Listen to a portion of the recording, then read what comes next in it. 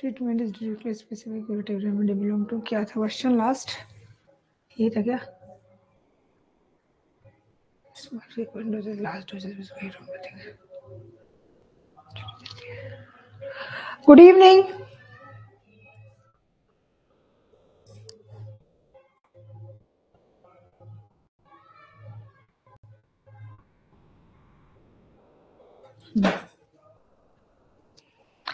Join करिए जल्दी से, क्लास शुरू करें हम।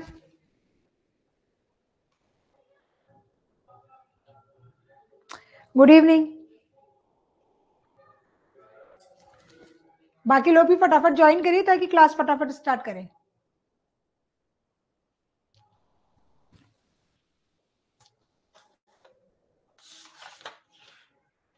नेसेसरी सिम्टम थे, 4th एडिशन।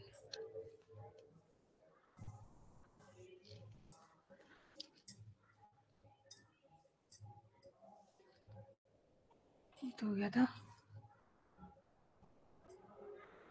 67, 61।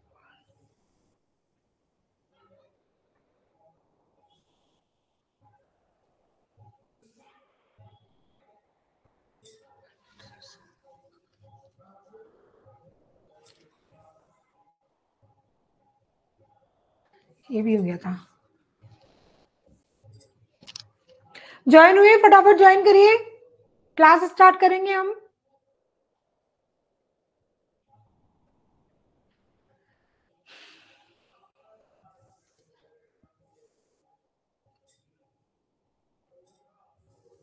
ये हो गया था।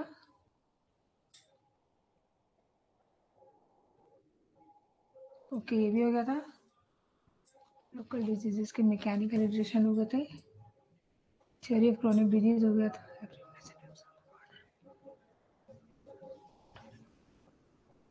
डिटरमाइन मैनर, ये भी हो गया था। डिस्पोजिशन,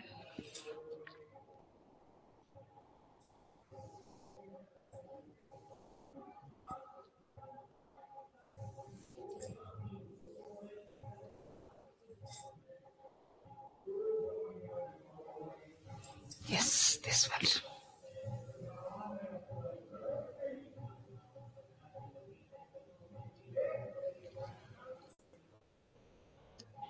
चलिए क्लास स्टार्ट करते हैं आज की, ठीक है। जो लास्ट क्वेश्चन कल हमने छोड़ा था वो था of the below which type is cured by homeopathy in a few days. किस टाइप के जो डिजीजेस है ना, नीचे दे रखी है, कॉम्प्लिकेटेड केस है, एक्यूट केस है, एलोपैथिक बंगलिंग है, या some what longer standing cases. ये कौन से ऐसे केसेस होते हैं जिसको होम्योपैथिकली आप कुछ ही दिनों में ठीक कर सकते हैं? देखो, लोग जनरली देखा जाए तो जब आपके फंक्शनल डिसऑर्डर किसी भी पेशेंट में देखने को मिलते हैं और वो एक्यूट फेज के होते हैं तो करेक्ट सिमिलिमम देने के बाद इमीडिएटली रिजल्ट मिल जाते हैं, ठीक है। जैसे बोलते हैं ना कि एलोपैथी जो है, होम्योपैथी जो है वो लंबे समय में काम करती है, जल्दी असर नहीं करती है, ऐसा नहीं होता है। एक्यूट केस में, एक्यूट डिजीज में इमीडिएटली रिजल्ट मिलते हैं अगर आपका सिमिलिमम का सिलेक्शन सही होता है, ठीक है। तो इसमें below which type of is cured by homeopathy in few days. Acute diseases, बिल्कुल एक्यूट डिजीज फ्यू डेज में की जा सकती है, फ्यू आवर्स में की जा सकती है। जैसे मान लो किसी को लूज मोशन हो रहे हैं, किसी को लूज मोशन हो रहे हैं, तो आप 3-4 दिन का टाइम थोड़े लोगे उसको ठीक करने में, उसको तो इमीडिएटली रिजल्ट देना होगा।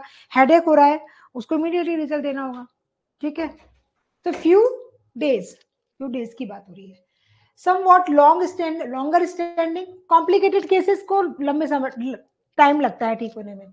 एलोपैथिक बंगलिंग में ये भी क्या होती है, क्रॉनिक डिजीजेस का टाइप होती है, आर्टिफिशियल क्रॉनिक डिजीजेस जो कि वेरी डिफिकल्ट टू क्योर होती है, तो बहुत ज्यादा टाइम लेती है। तो आंसर हो गया इसका B, some what long standing cases. ये बताया गया 149 एफोरिज्म में। किसमें एक्सप्लेन किया? 149 एफोरिज्म में, ठीक है। और क्या लिखा हुआ है देखो, आप इसको नोटिस करवाती हूं मैं आपको।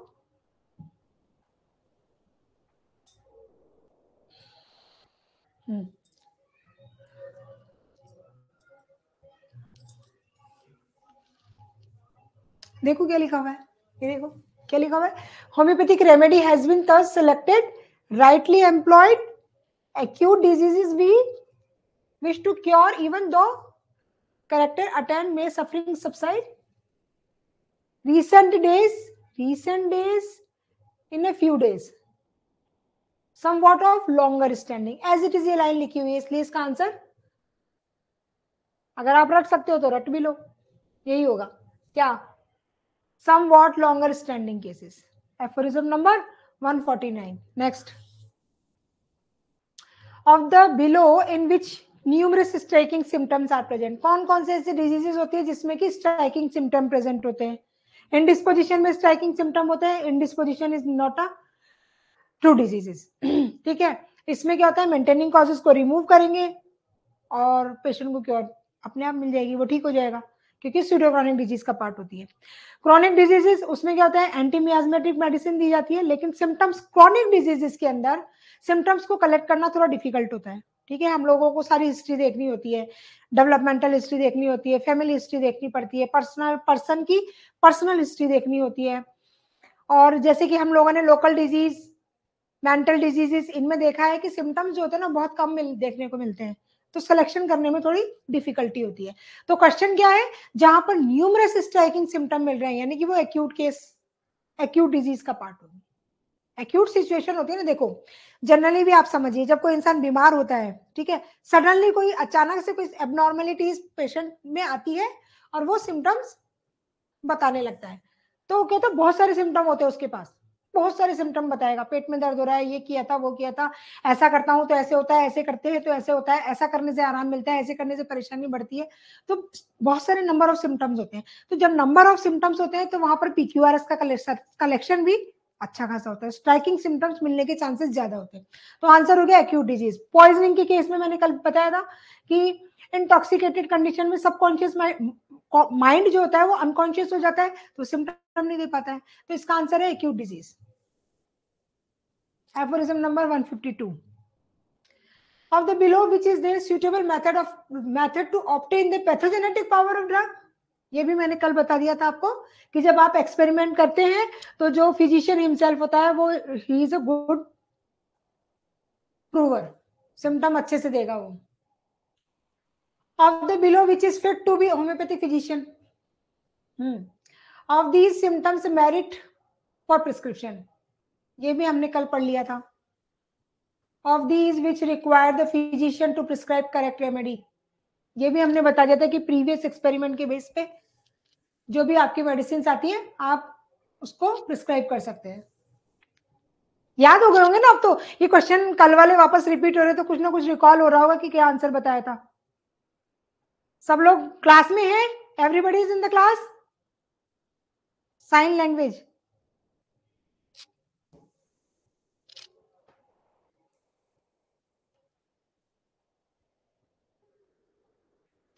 Of the below smallpox whooping cough is a fixed miasm, life में एक बार आता है.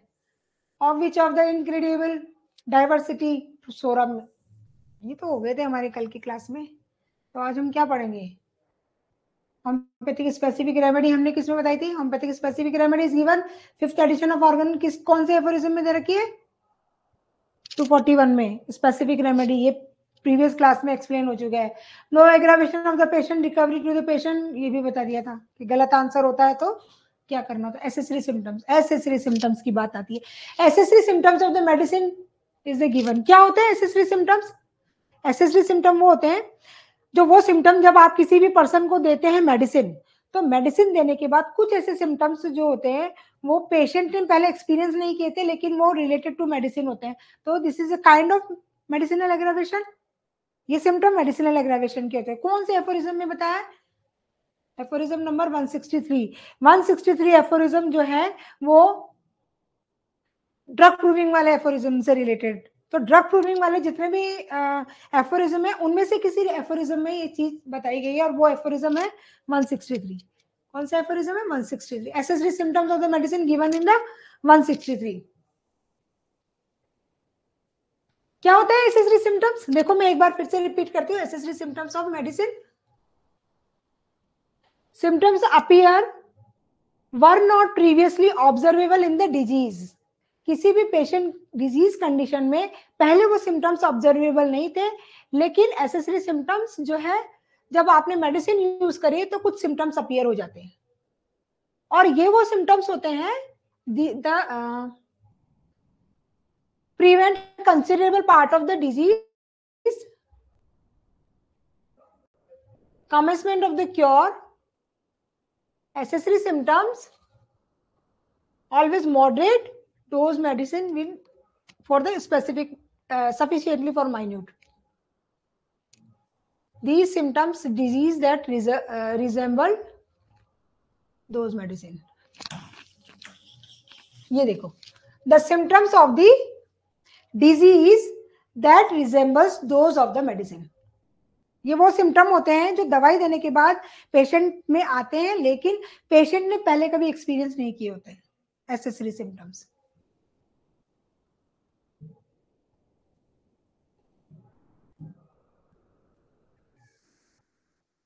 Accessory symptoms of the medicine.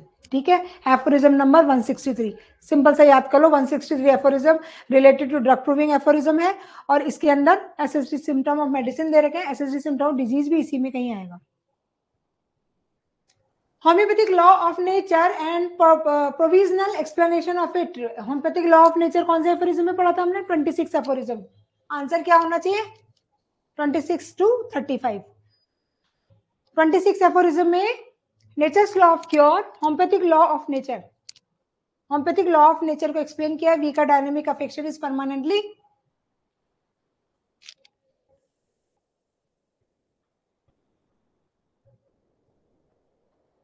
extinguished by the one which is very similar and stronger it, only differing from.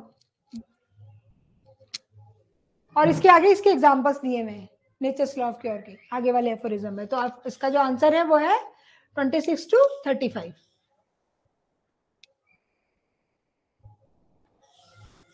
ये तो case taking से related aphorism है. ठीक है. अब नेक्स्ट चलते हैं. Clinical varieties of the acute disease. Clinic acute disease का एक्सप्लेनेशन मैंने आपको बताया था कि 71 एफोरिज्म के अंदर knowledge of the physicians, requisite knowledge of a physician बताया गया है. ठीक है.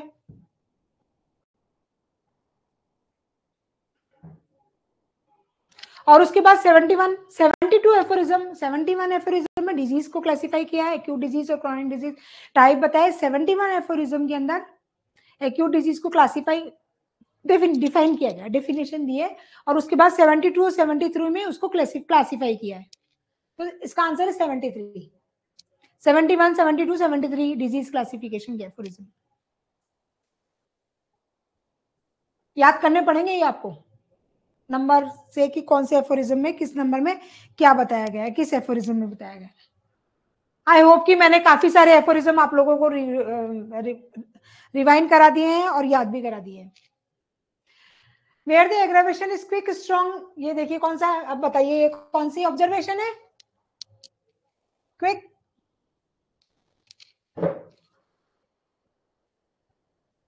कौन सी ऑब्जर्वेशन है?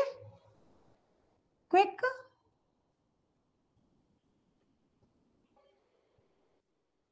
Short and strong with rapid improvement. Third observation ये क्या कहती है? एक्यूट केस में अगर इस तरीके के रिजल्ट ऑब्जर्वेशन देखने को मिलती है, इसका मतलब जो मेडिसिन पेशेंट को दी गई है बिल्कुल सही दवाई दी गई है, इसको कहीं से भी इसके एक्शन को डिस्टर्ब नहीं किया जाना चाहिए किसी भी तरीके के रिपीटेशन ऑफ डोज से, रिपीटेशन ऑफ द मेडिसिन से. क्लियर है? Next question.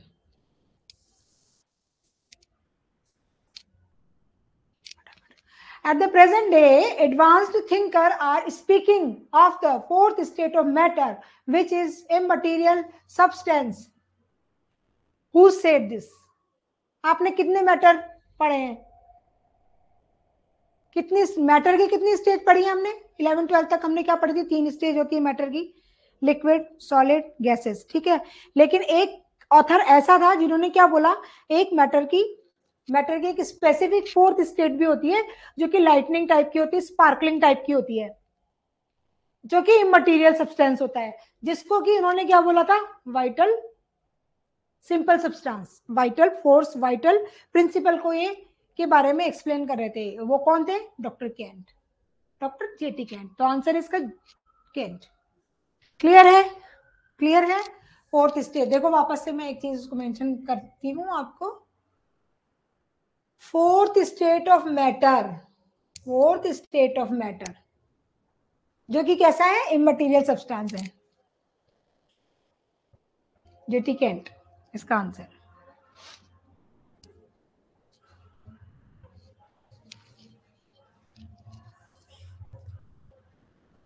नेक्स्ट फिलोसफी का फिर से एक क्वेश्चन है, the removal of the totality of the symptoms mean the removal of the cause. ये स्टेटमेंट किसने दिया था? ऑब्वियसली डॉक्टर हैनी मैनन ने दिया था। हमने होम्योपैथी में पढ़ा है ये कि किसी भी डिजीज के कॉज को रिमूव कर दोगे तो डिजीज ऑटोमेटिकली ठीक हो जाएगी। कॉज को रिमूव करोगे तो सिम्टम रिमूव होंगे, सिम्टम रिमूव होंगे तो डिजीज रिमूव हो जाएगी। Removal of the totality of symptoms mean removal of the cause. Aphorism number 17,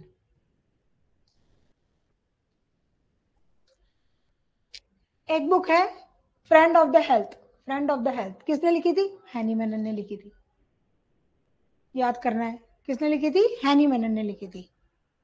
ये आपने बीके सरकार में भी कहीं ना कहीं इनकी जो किताबें हैं उनके बारे में एक चैप्टर है बायोग्राफी वाले पोर्शन के अंदर, उसमें भी मिल जाएंगे, बीके सरकार में भी मिल जाएगी कौन कौन सी बुक्स जो है डॉक्टर हैनी मैनन ने लिखी थी खुद की राइटिंग। तो उसमें एक बुक है friend of health. Next question is psora, it is the mother of all true chronic diseases except the syphilitic and psychotic.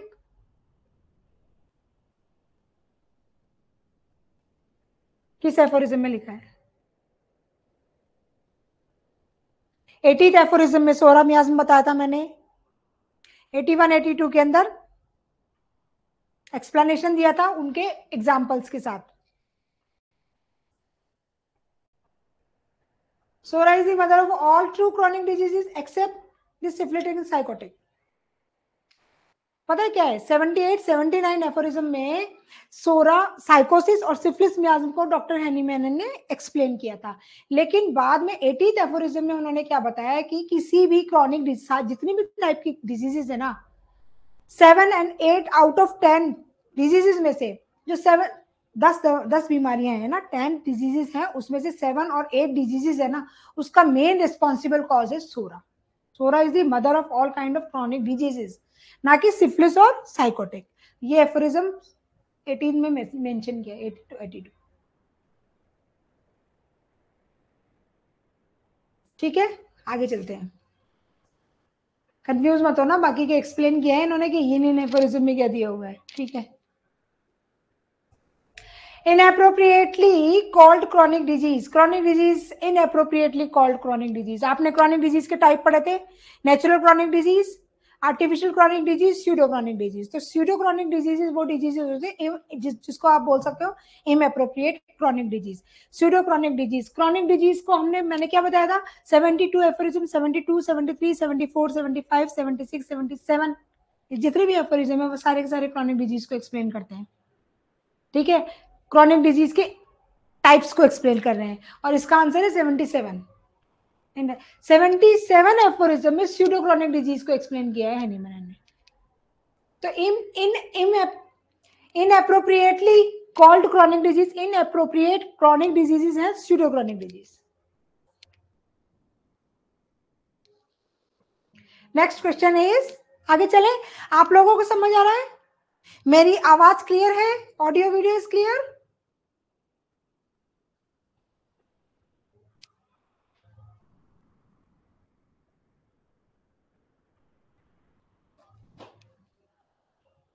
Okay, आज क्या बात है, आप लोग एक्टिव नहीं हो?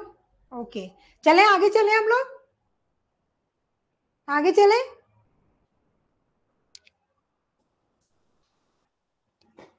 Okay, the sixth addition of Organon consist कितने एफोरिज्म? Sixth addition 291। ऑप्शन ही नहीं देखना है, 291 क्लिक सही कर दो, टिक कर दो आंसर को। देखो next aphorism, animal magnetism mesmerism are in which edition? Sixth edition के अंदर कौन से एफोरिज्म है जिसमें मैस्मेरिज्म को और एनिमल मैग्नेटिज्म को एक्सप्लेन किया है? ठीक है, जो सिक्स्थ एडिशन है या फिफ्थ एडिशन है उसमें जो ऊपर के क्वेश्चन रह गए, कौन से क्वेश्चन रह गए बताइए, कौन सा क्वेश्चन रह गया? ये हो गया ना सिक्स्थ एडिशन। हो तो गया सिक्स्थ एडिशन। कितने एफोरिज्म है? 291। मानसी हो तो गया?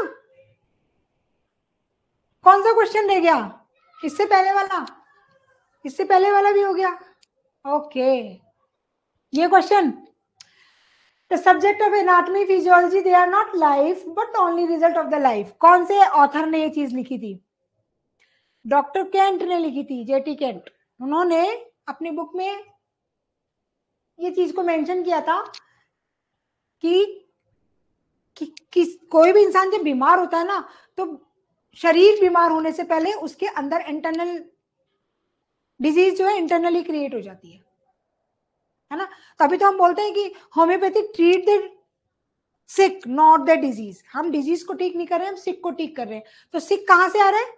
जहां पर उसके फंक्शनल डिसऑर्डर्स आ रहे हैं, एब्नॉर्मलिटीज आ रही है। ये चीज किसने बोली थी? डॉक्टर केंट ने अपनी फिलोसफी में बताया। तो question is that the subject of anatomy physiology they are not life. तो लाइफ है क्या? Life is only the result of the anatomy and physiology. Doctor Kent ने बताया था। ठीक है, अब आगे चले।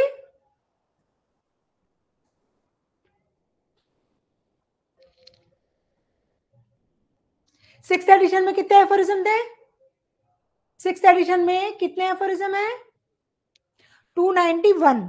ठीक है, उसमें से जो 288 और 289 एफोरिज्म है, उसमें डॉक्टर हैनीमैन ने एनिमल मैग्नेटिज्म और मेस्मरिज्म की बात करी है। कि क्या बताना चाह रहे हैं? एक्चुअली क्या किया है हैनीमैन ने जब अपने होम्योपैथी को डिस्क्राइब किया था ना, जब सारी चीज हो गई, तो उसके बाद में जो कुछ दूसरे थेरापेटिक सिस्टम जो चल रहे थे ठीक करने, उनको भी, उन सिस्टम को भी हैनीमैन सर ने अप्रिशिएट किया था कि हाँ, ये भी एक कुछ सिस्टम है, थेरापेटिक सिस्टम है, जो कि पेशेंट को रिलीफ प्रोवाइड कराते हैं। जिसमें से कुछ बताए थे, मैस्मेरिज्म, मैग्नेटिज्म, मसाज, बाथ। कुछ अगर आपको याद आ रहे हो तो 4-5 पॉइंट थे। तो वो सब चीजों को 288, 289 एफोरिज्म में एक्सप्लेन किया है। ठीक है, सिक्स्थ एडिशन में देखो, सिक्स्थ एडिशन में अलग बताया है और फिफ्थ एडिशन में दूसरे एफोरिज्म आएंगे। तो यहाँ पे सिक्स्थ एडिशन की बात हो रही है, तो 288, 289 एफोरिज्म में मैस्मेरिज्म और एनिमल मैग्नेटिज्म को हैनीमैन ने एक्सप्लेन किया है। देखो फिर से आ गया massage.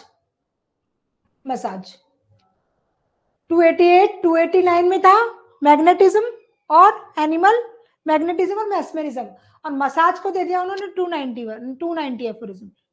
290 aphorism. Massage is discussing 290 aphorism. देखो क्या बताया इन्होंने मसाज के अंदर। Massage is a various good नेचर्ड person given a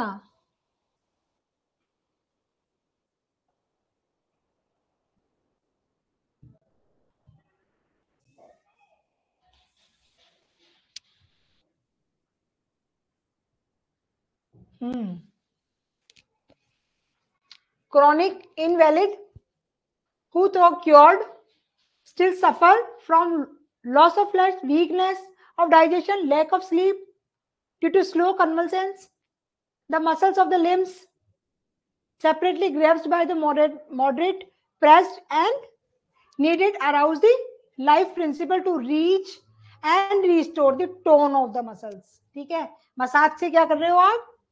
restore the tone of the muscles, blood and lymphs. तो इन्होंने अच्छा बताया, अप्रिशिएट किया है कि मसाज जो है, it is a kind of another kind of therapeutic system. Aphorism number 290। Next, diet in acute disease. जब डॉक्टर हैनीमैन ने ड्रग प्रूविंग के एफोरिज्म लिखे थे, उसके लास्ट वाले एफोरिज्म में उन्होंने डाइट के बारे में भी बताया कि एक्यूट डिजीज हो या क्रॉनिक डिजीजेस हो, जब प्रूविंग की जाती है उस समय किसी भी पेशेंट को क्या खाना चाहिए और क्या नहीं खाना चाहिए, वो सारी चीजें उसमें एक्सप्लेन की है। कौन से एफोरिज्म है? वो है 62, 63 एक्यूट डिजीज के। कि कहीं ना कहीं आप लोगों ने जब फाइनल का एग्जाम दिया होगा ना, तो ये आप लोगों ने याद किए होंगे डाइट एंड रेजिमेन वाले चैप्टर में। Aphorism number 262, 263। आगे चले। याद ये रखने वाली बात है, पूरी चीज एक्सप्लेन करेंगे तो सारे एफोरिज्म मिक्सअप हो जाएंगे, तो छोटे छोटे छोटे छोटे याद करो, क्योंकि अभी हमारे एग्जाम पास है और ज्यादा डिटेल हम नहीं पढ़ सकते हैं ऑर्गेनन को। The manuscript of sixth edition was left ready for our master Henny Menon in the year of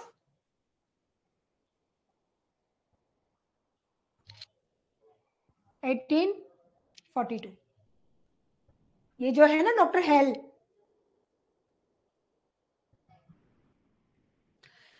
इन्होंने बताया था, और ये चीज इन्होंने जो लिखी है वो उनको किसने बताया था, मैडम हैनी मेनन ने बताया था कि ये जो मैन्यूस्क्रिप्ट था ना सिक्स्थ एडिशन का, जो कि 19th कौन से सन में पब्लिश हुआ है sixth addition,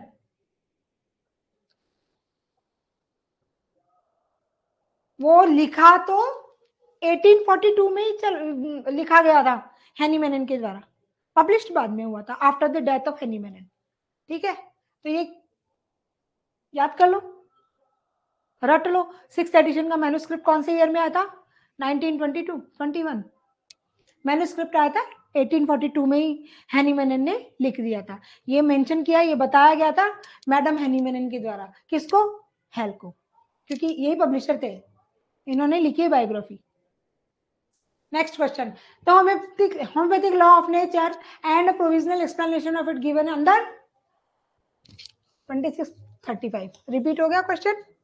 next question, in a case of 50 millisiemens potency the method of repetition of the doses in the long lasting disease, long lasting disease यानी कि जहां पर सिम्टम्स जो है लंबे समय तक चले आ रहे हैं, क्रोनिसिटी है वहां पर, तो हम उसमें क्या करेंगे, हर रोज दे सकते हैं, एवरी डेली और एवरी सेकेंड डे, रोज दो या एक दिन छोड़ के एक दिन दे सकते हैं, या हर 2 घंटे में, 3 घंटे में, 4 घंटे में, 6 घंटे में दे सकते हैं, हर घंटे में दे सकते हैं, या हर आधे आधे घंटे में दे सकते हैं।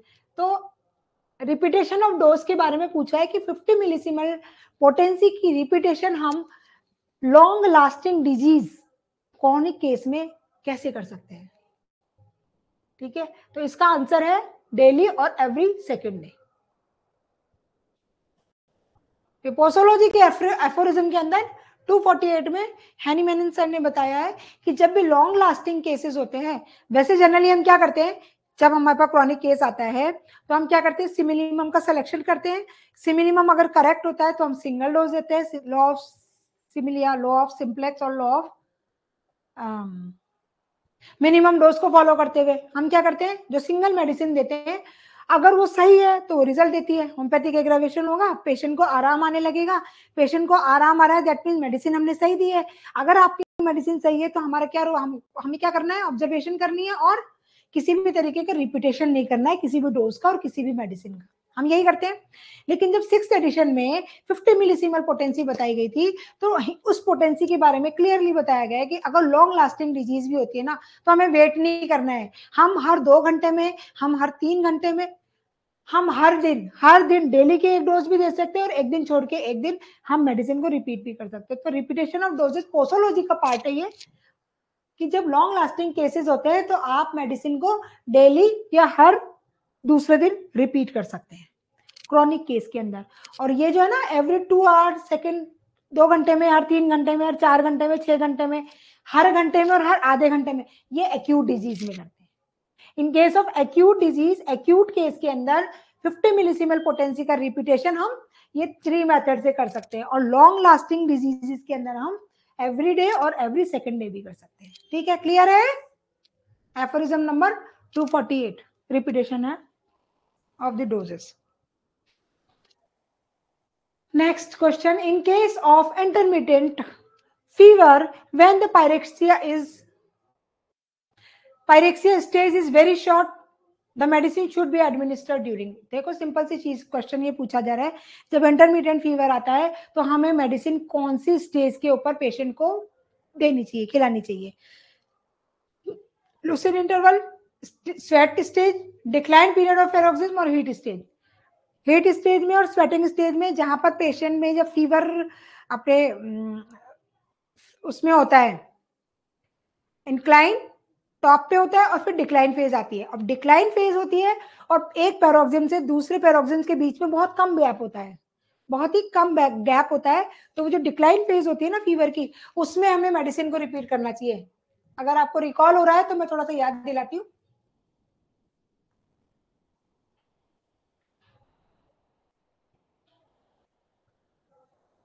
ये पढ़ा था आपने,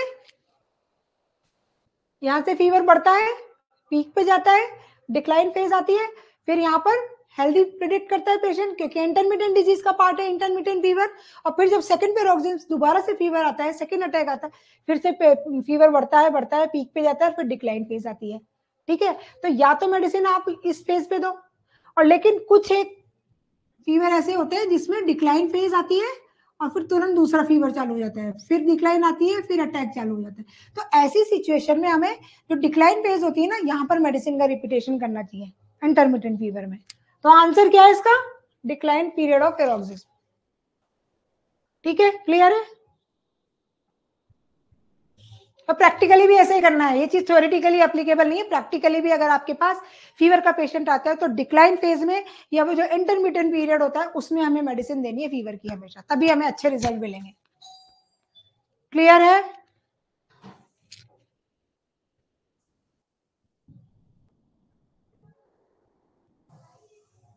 Alternating diseases belong to domain. Alternating diseases, alternating disease, alternating disease कौन से मियाज्म को जाती है?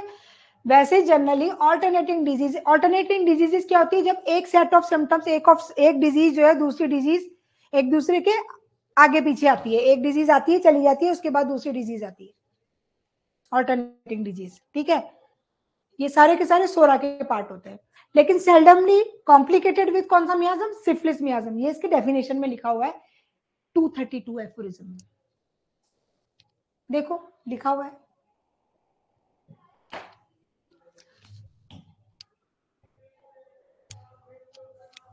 Alternating disease belonging to the psora domain. उसके बाद में क्या लिख रहा है, alternating diseases are very numerous but belong to the class of chronic disease. Alternating disease chronic disease का पार्ट होती है।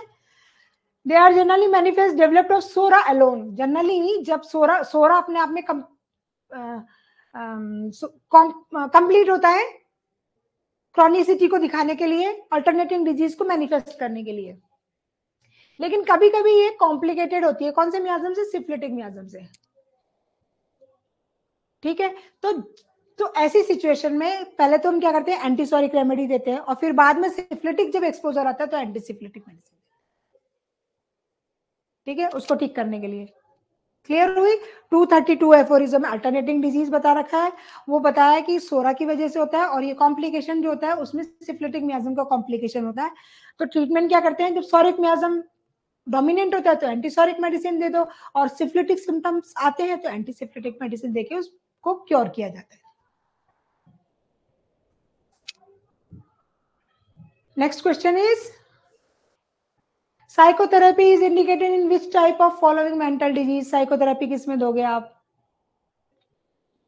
Mental diseases originated from corporeal disease.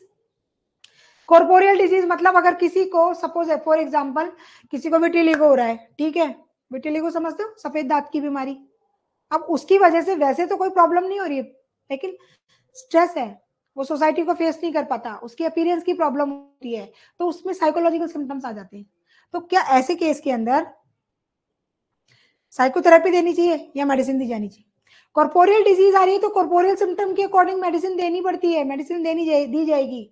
दूसरा है मेंटल डिजीज और recent origin arising from psychogenic cause. Psychogenic cause sudden कोई है ना bad news किसी को आ गई और उसकी वजह से अनकॉन्शियस हो गया, या एपिलेप्टिक अटैक आ गया, या किसी भी तरीके के सिम्टम्स आ रहे हैं, तो ऐसी सिचुएशन में हमें क्या करना है, साइकोथेरेपी देनी है।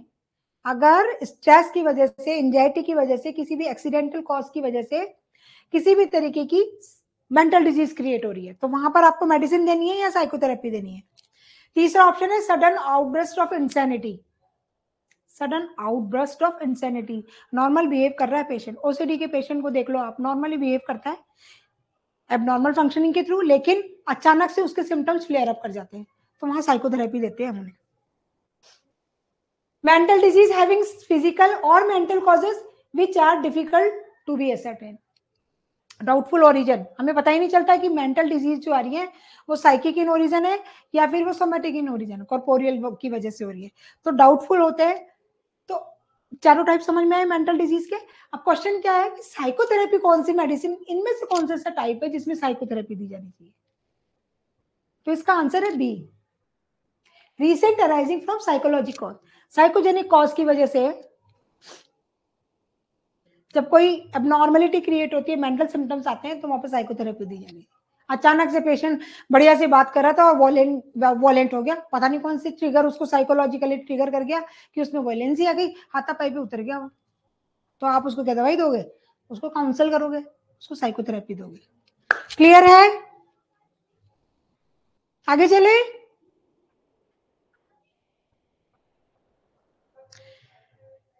रिप्लाई करो, आपको समझ आ रहा है?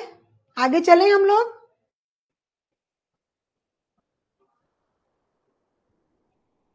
ओके,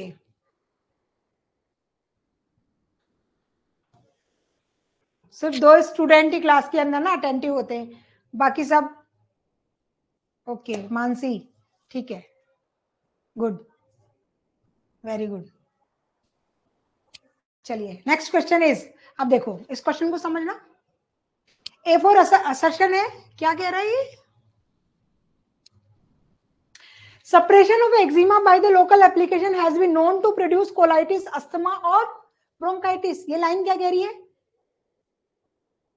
कि किसी भी एक्जिमा का सप्रेशन कर दिया गया लोकल एप्लीकेशन के थ्रू, स्टेरॉइड लगा दिए, कोई भी एक्सटर्नल एप्लीकेशन लगा करके उसको वहां से तो क्योर कर दिया, लेकिन वो वहां से क्योर होने के बाद दूसरी डिजीजेस वाइटल ऑर्गन पे चली गई, कोलाइटिस हो गया या उसको अस्थमा हो गया या ब्रोंकाइटिस हो गया। जब हमने सप्रेशन पढ़ा था, कैलेशन सप्रेशन, तो वहां हमने सप्रेशन में समझा होगा कि सप्रेशन क्या चीज होती है, कि पर्टिकुलर एक डिजीज जो सरफेस लेवल की डिजीजेस होती है, जब उसको क्योर करते हैं तो वहां से तो वो ठीक हो जाती है, लेकिन वही डिजीज जो है दूसरे रूप में जाकर के वाइटल ऑर्गन को टारगेट करती है। This is called suppression.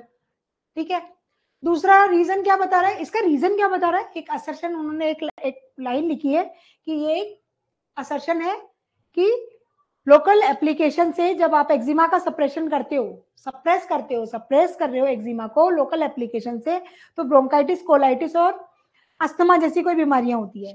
दूसरा इसका रीजन क्या बताया, psora is the mother of all chronic disease, ये क्रॉनिक डिजीजेस है, सोरा इज द, तो आप देखो इसका option, both A B R they are individually true, R is the correct explanation of ए।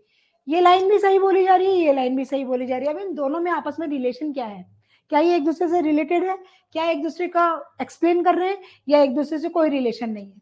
ठीक है, तो both A and R they are individually true, but R is not correct explanation exactly, ये कोई explanation नहीं है।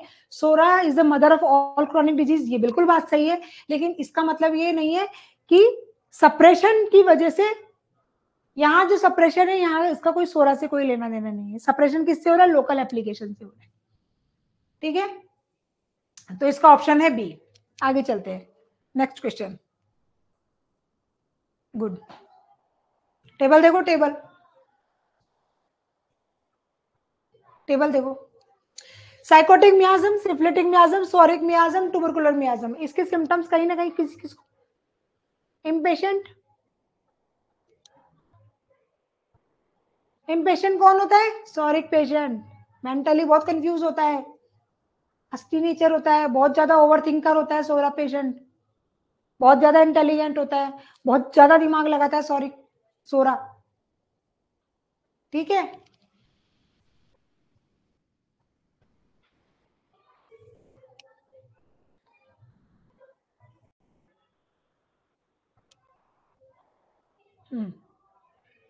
Syphilitic, intolerance of heat, intolerance of heat, psora का patient chilli होता है। मैंने सेकंड या थर्ड क्लास में आपको थोड़े थोड़े सोरा सिफिलिस और साइकोटिक मियाज्म के सिम्टम बताए थे। सोरा पेशेंट चिली होता है, ठीक है, तो उसको हीट टॉलरेंट होती है, और सिफिलिटिक जो होता है ना वो हॉट होता है, तो उसको हीट की इंटॉलरेंस होती है। क्या syphilitic heat intolerance,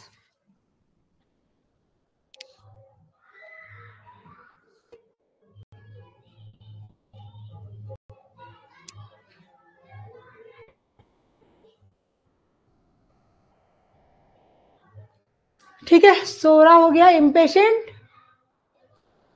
intolerance of it syphilitic miasm. अब बचा ट्यूबरकुलर और sycotic. Dyspnoea worse in rainy season, sycotic मियाज्म।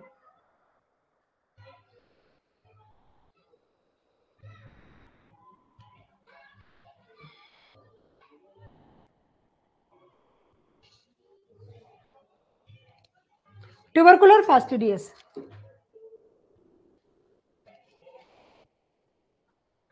ये तो याद करने पड़ेंगे आपको। अगेन उसके लिए क्या करना है, बीके सरकार में चली जाइए पीछे वाले चैप्टर्स में, नहीं तो आपके पास के दास है, उसमें सोरा सिफिलिस और साइकोसिस की जो टेबल दे रखी है 15-20 जो क्वेश्चन जो नंबर दे रखे हैं ना, उनको याद कर लीजिए। इसका कोई शॉर्टकट नहीं है, ये तो याद करने पड़ेंगे आपको।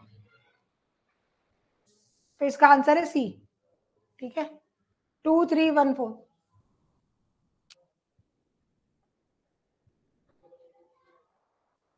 2314। नेक्स्ट क्वेश्चन, आगे चले। ये लिस्ट बताओ, किसी ने पढ़ी होगी किताबें फिलोसफी की तो बता दोगे। A Farrington, Stuart Close, H A Roberts. H A Roberts की क्या थी, प्रिंसिपल ऑफ आर्ट। ठीक है, और कंपैरिजन ऑफ क्रॉनिक मियाज्म किया था फिलिस स्पीट्स ने। फेरिंगटन ने कंपैरिजन क्लिनिकल मटेरिया दी थी फेरिंगटन ने, और जीनस ऑफ होम्योपैथी दिया था क्लोज ने। अब ड्यूटगन का बचा लेजर राइटिंग। ठीक है, तो इसके आंसर हो गए, सी का हुआ 1, एच ए रॉबर्ट के हुए 5,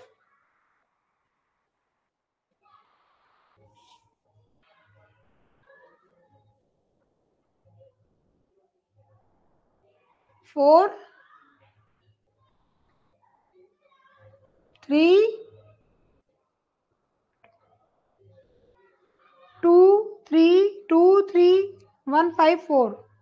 तो इसका आंसर हुआ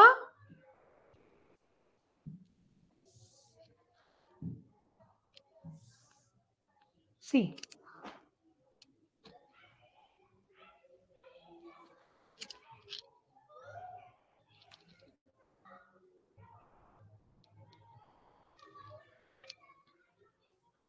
आगे चले। मैम आप, अच्छी बात है, चलो टाइम कम लगेगा आपको। जब आप प्रिपरेशन करोगे ना एग्जाम देने के लिए, तो ऑर्गेनन में कम टाइम देना पड़ेगा आपको। वो टाइम ना आप पीएम को याद करने में लगाइएगा। चलिए आगे चलते हैं। एफोरिज्म नंबर, अब देखो यहाँ पे फिर से वही कर लो तो याद होगा। Aphorism number physician mission number 3 है ना।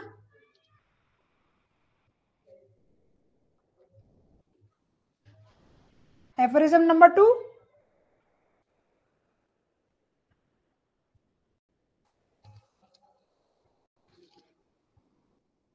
Number 2 ideal cure. मिशन क्या है, क्योर देना, तो क्योर को number 2। Aphorism number 3 knowledge. Number 4 physician is likewise the preserver of the health। Number 4, number 2 और नंबर 1। तो आंसर क्या हो गया, 3, 2, 1, 3, 4 है इसका आंसर आई थिंक। 3, 1, 4, 3। चलो आगे चलते हैं, छोटी छोटी चीजें हैं तो इनको क्या याद करना है। Aphorism number 1, 2, 3, 4। देखो, mission of the physician, ideal cure, physician qualification और प्रिजर्वर ऑफ हेल्थ। फोर्थ है, बताया था ना मैंने, preserver of health physician, fourth aphorism. चलो next. Logic of homoeopathy is based on inductive method, both inductive और deductive method, deductive method और Aristotle's writing. Homoeopathy में इंडक्टिव और डिडक्टिव दोनों लॉजिक है। इंडक्टिव और डिडक्टिव, इंडक्टिव कब है और डिडक्टिव कब होते हैं, जब हम मेडिसिन की प्रूविंग करते हैं तो बहुत सारे प्रूवर्स काम में लेते हैं, ठीक है, सारे एज ग्रुप, दोनों जेंडर्स, और हर एक क्लाइमेट में, सब तरफ से हम लोग क्या करते हैं, एक्सपेरिमेंट करते हैं, और जो कंक्लूजन निकालते हैं उसका हम जनरलिटीज डाल देते हैं। तो पर्टिकुलर टू जनरल जा रहे हैं, तो यहां पर हो रहा है इंडक्टिव लॉजिक। ठीक है, इसके ऊपर का कौन सा क्वेश्चन रह गया, बताते हैं, अभी बताते हैं, उसको भी बताते हैं। लॉजिक पढ़ो पहले आप, ठीक है। तो ये हुआ इंडक्टिव लॉजिक। और जब हम मटेरिया मेडिका में बहुत हमने कोई मेडिसिन पढ़ी, नक्सवोमिका पढ़ रखी है, पॉलीक्रेस्ट रेमेडी, ये सारे सिम्टम पढ़ रखे हैं, लेकिन जब आपके पास पेशेंट आता है तो वो सारे सिम्टम तो लेके नहीं आएगा ना। तो जो भी पीक्यूआरएस मैच हो रहे हैं उसके अकॉर्डिंग हम नक्सवोमिका अगर जा रही है तो उसको पेशेंट को देते हैं। तो वहां पर जब हम क्योर कर रहे हैं तो वहां डिडक्टिव लॉजिक के अकॉर्डिंग मटेरिया मेडिको को अप्लाई कर रहे हैं, ठीक है। तो दोनों तरीके के लॉजिक जो है इंडक्टिव और डिडक्टिव होम्योपैथी में यूज होते हैं। Logic of homoeopathy is based on inductive logic and deductive logic.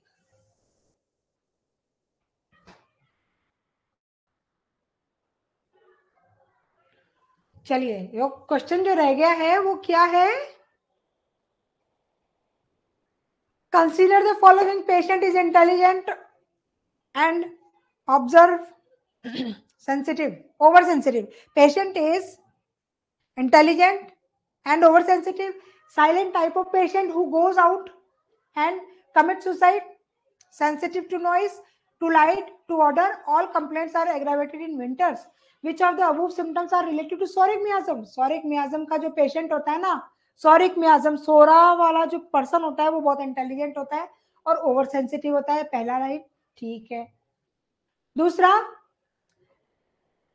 silent type of patient who goes out और commit to suicide, suicidal tendency psychotic और syphilitic miasm की होती है, सोरा की नहीं होती है। तो ये आंसर नहीं होगा इसका। Sensitive to noise, to light, to order, very, मैंने बताया ना, ओवर सेंसिटिव होता है, इंटेलिजेंट होता है, इम्पेशेंट होता है, हाइपर एक्टिव होता है, ठीक है। तो तीसरा आंसर सही। तो all complaint are aggravated in winter, बिल्कुल होगी, क्योंकि सोरा चिली होता है, ये भी मैंने बताया था। सॉरी, पेशेंट इज चिली, तो जो चिली होते हैं उनको ठंड से प्रॉब्लम होती है, ठंड में एग्रावेशन होता है। तो आंसर इसका होता है first, third and fourth. Answer is C. Okay, हो गया, हेमलता हो गया। चलिए आगे चलते हैं, बताते रहा करो, कुछ कुछ चीजें ना निकल जाती है। इंपॉर्टेंट क्या पता इंपॉर्टेंट चीज निकल गई हो तो रिमाइंड कराने से ना फायदा होता है सबका। चलिए next question, in case of intermediate fever the guideline for the prescription are given in which. Intermediate fever के लिए कौन से एफोरिज्म में बताया है, इसको फिर से आपको याद करना पड़ेगा। इंटरमीडिएट फीवर के एफोरिज्म कहां से कहां तक आ रहे हैं, इंटरमीडिएट फीवर के एफोरिज्म शुरू हो जाते हैं, इंटरमीडिएट डिजीज के एफोरिज्म शुरू होते हैं after mental disease. Mental disease है 201 210 से 230 तक मेंटल डिजीज आती है, 231 से एफोरिज्म शुरू हो जाते हैं इंटरमीडिएट डिजीज के। और इंटरमीडिएट डिजीज में लोकल डिजीज भी आती हैं, इंटरमीडिएट फीवर भी आते हैं, एपिडेमिक डिजीजेस भी आती है, तो सारे के सारे पार्ट उसके बाद आते हैं, ठीक है। 236 इसका आंसर होगा। मोटा मोटा मैंने बताया, मेंटल डिजीज 230 पे खत्म होती है और 231 से इंटरमीडिएट डिजीज शुरू होती है। तो कभी कभी आपका तुक्का भी लग सकता है थोड़ा सा, अगर आप टेंटेटिव याद रखोगे ना एफोरिज्म के बारे में, 231 से स्टार्ट होता है इंटरमीडिएट डिजीज। तो एपिडेमिक से रिलेटेड आ रहे हो या फिर कोई इंटरमीडिएट फीवर से रिलेटेड आ रहे हो, इंटरमीडिएट डिजीज से रिलेटेड आ रहे हो, लोकल डिजीज से रिलेटेड आ रहे हो, तो वो 230 के बाद ही आएंगे, पहले नहीं आएंगे।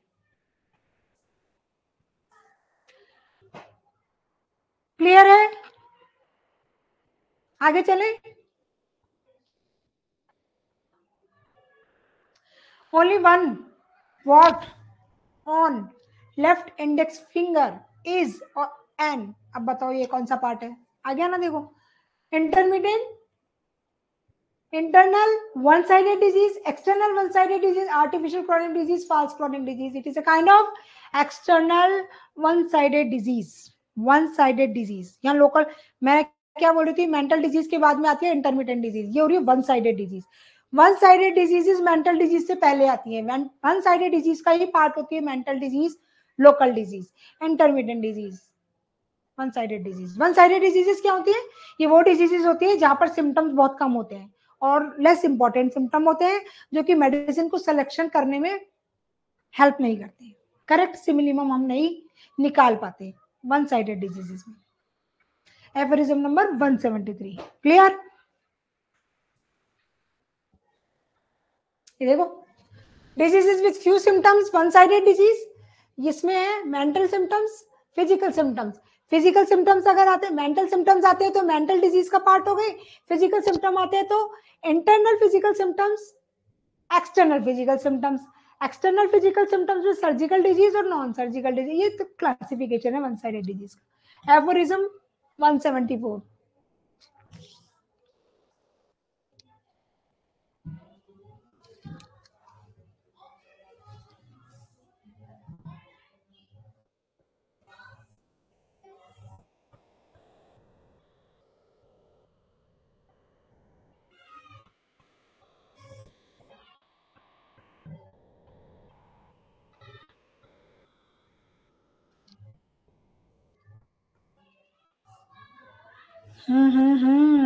रेपिटरी part of the book Fragmenta de, बहुत ही लंबा नाम है, पता है आप लोगों को? Fragmenta de वेरबिस।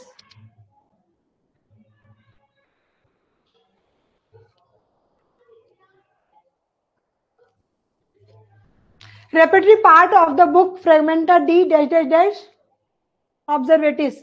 It is the mentioned in the first part, second part, both above, both part. बताओ क्या आंसर है इसका?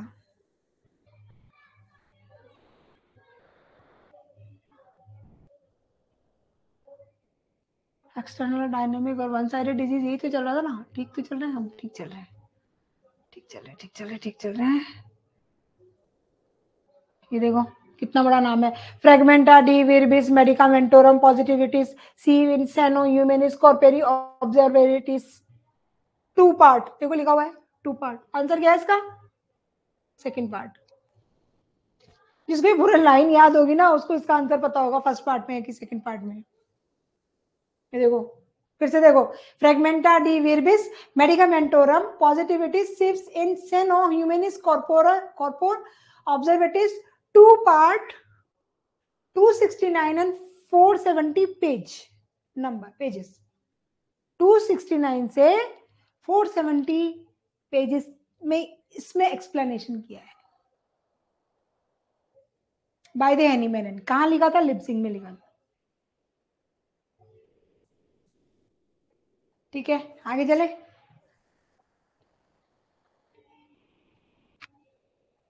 Diseases can be cured by the medicine which is similimum, which is similar, which is dissimilar or same as the disease state. क्या answer होना चाहिए? हमारी medicine क्या होती है? सिमिलिमम होती है। तो जहां सिमिलिमम है वहीं पर डिजीज को क्योर किया जाएगा। क्यों किया जाएगा? क्योंकि according to law of similia, homoeopathy जो है नेचर्स लॉ ऑफ क्योर पे बेस्ड है। क्या कहती है कि जो डिजीज सिम्टम्स क्रिएट करने की कैपेसिटी की कोई ड्रग सब्सटेंस रखता है, कोई सिमिलिमम रखता है, उसी को वो पेशेंट में ठीक भी करता है, वही सिम्टम्स को ठीक भी कर रहा है, similimum. Diseases can be cured by the medicine which is similimum. Aphorism number 4। Next question, all diseases are under the acute miasm. ऐसी कौन सी बीमारियां हैं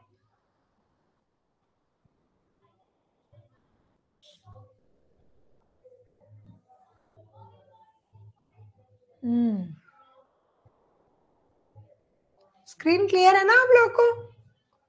all diseases are under the acute miasm except epidemic disease, sporadic, individual और venereal disease. Acute miasm में आती है कौन सी बीमारी को छोड़कर? देखो एपिडेमिक एक्यूट में आती है, एक्यूट मियाज्म, फिक्स मियाज्म, स्पोरेडिक और इंडिविजुअल एक्यूट मियाज्म में आती है। वेनरल डिजीज क्या होती है? मैंने बताया था दो तरीके की डिजीज होती है, नॉन वेनरल और वेनरल। नॉन वेनरल वो होती है जो कि कम्युनिकेट होती है बाय द टच, और वेनल डिजीजेस वो एसटीडीज वाली जो आती है, नॉन प्रोटेक्टिव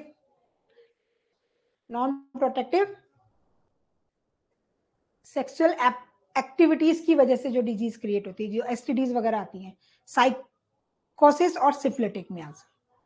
तो इसका आंसर है वेनल डिजीज। वेनल डिजीज में साइकोटिक डिजीज और syphilitic diseases, sycotic miasm, syphilitic miasm. इसका आंसर है डी। ये नहीं आता है एक्यूट मियाज्म में, ये क्रॉनिक मियाज्म में आता है।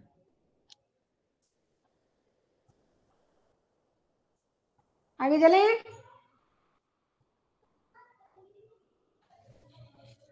The role of vital force was first introduce in कौन से एडिशन में, कौन से एडिशन में? अब बताओ बताओ। Vital force, drug dynamization and vital force, theory of chronic disease, fourth edition. Vital force और ड्रग डायनामाइजेशन, फिफ्थ एडिशन। और 50 millesimal, sixth edition. Answer is B, fourth edition, role of vital force, fifth edition. इसका answer गलत कर रखा है इसने, इसका answer है सी। देखो एक्सप्लेनेशन में फिफ्थ एडिशन बता रहा है। ठीक है, कई बार मिस प्रिंटिंग हो जाती है बुक्स में, तो हमारे को पता होना चाहिए करेक्ट आंसर। इसका करेक्ट आंसर है सी।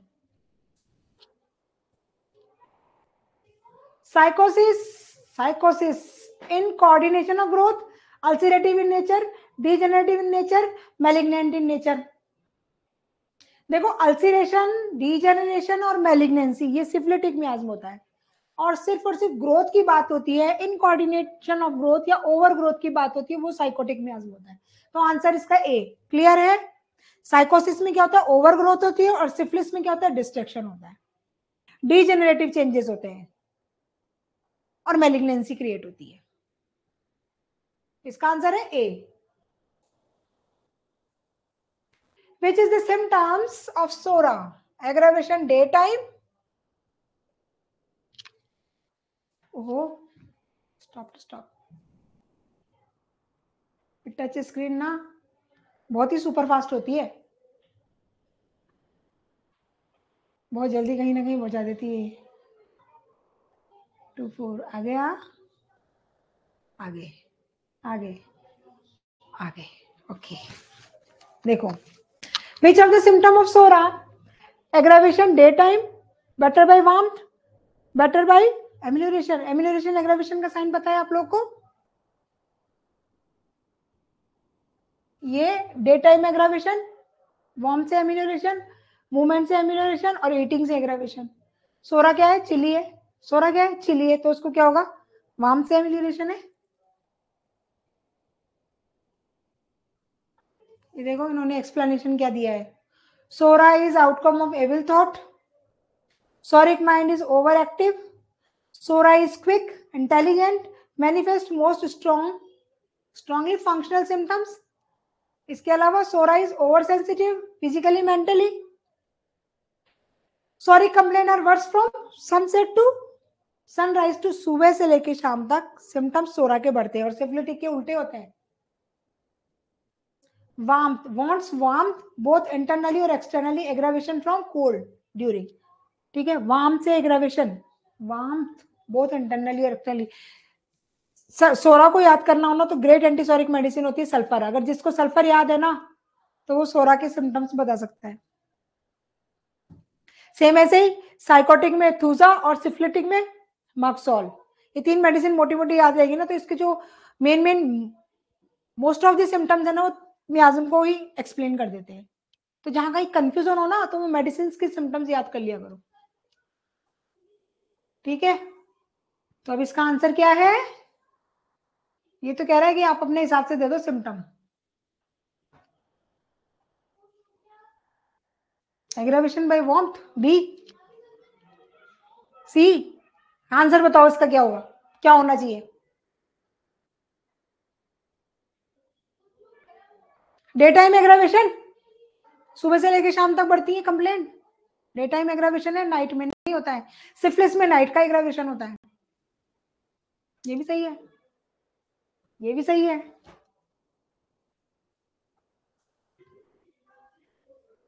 मैंने आपको बताया था ना, जब कंफ्यूजिंग हो आंसरिंग, आप जो आंसर देना चाह रहे हो उसके ऑप्शन नहीं मिलते हैं, तो आपको ई ऑप्शन को टिक करना है, और अगर दो आंसर सही आ रहे हैं तो आप जो आपको सही लगता है वो टिक कर दीजिए, बी। चलो आगे चलते हैं। Psychotic patient desire, psychotic patient की डिजायर क्या होती है, ये भी मैंने बताया था आपको जब मैं सोरा सिफिलिस साइकोसिस का थोड़ा थोड़ा सेकंड या थर्ड क्लास में बता रही थी मियाज्म के बारे में, तो मैंने बताया था कि साइकोटिक की डिजायर क्या होती है, कोल्ड फूड, नार्कोटिक्स, स्वीट और बियर। साइकोटिक, स्वीट की डिजायर तो सोरा में होती है। जो इंटॉक्सिकेंट्स होते हैं,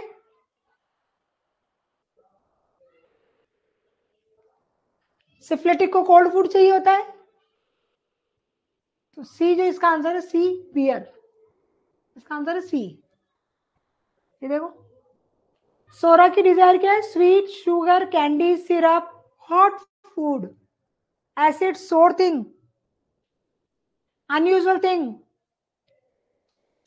psychotic, craving for beer, wine, stimulants, उनकी जरूरत होती है, और कोल्ड फूड की डिजायर है सिफिलिटिक मियाज्म। ठीक है, आगे चले, आगे चले। काफी अच्छा हमने आज स्कोर कर लिया क्वेश्चंस का। चलिए आज की क्लास हम यहीं खत्म करते हैं, कल की क्लास को कंटिन्यू करेंगे। आप लोग मियाज्म के तीनों जो मियाज्म है उसकी क्रेविंग्स, डिजायर और सिम्टम्स को रीड आउट करिएगा, ठीक है। चलिए, यस, यस, ओके। चलिए आज की क्लास क्लोज करते हैं, ठीक है। Good evening, good evening all, have a nice remaining time of day. Thank you.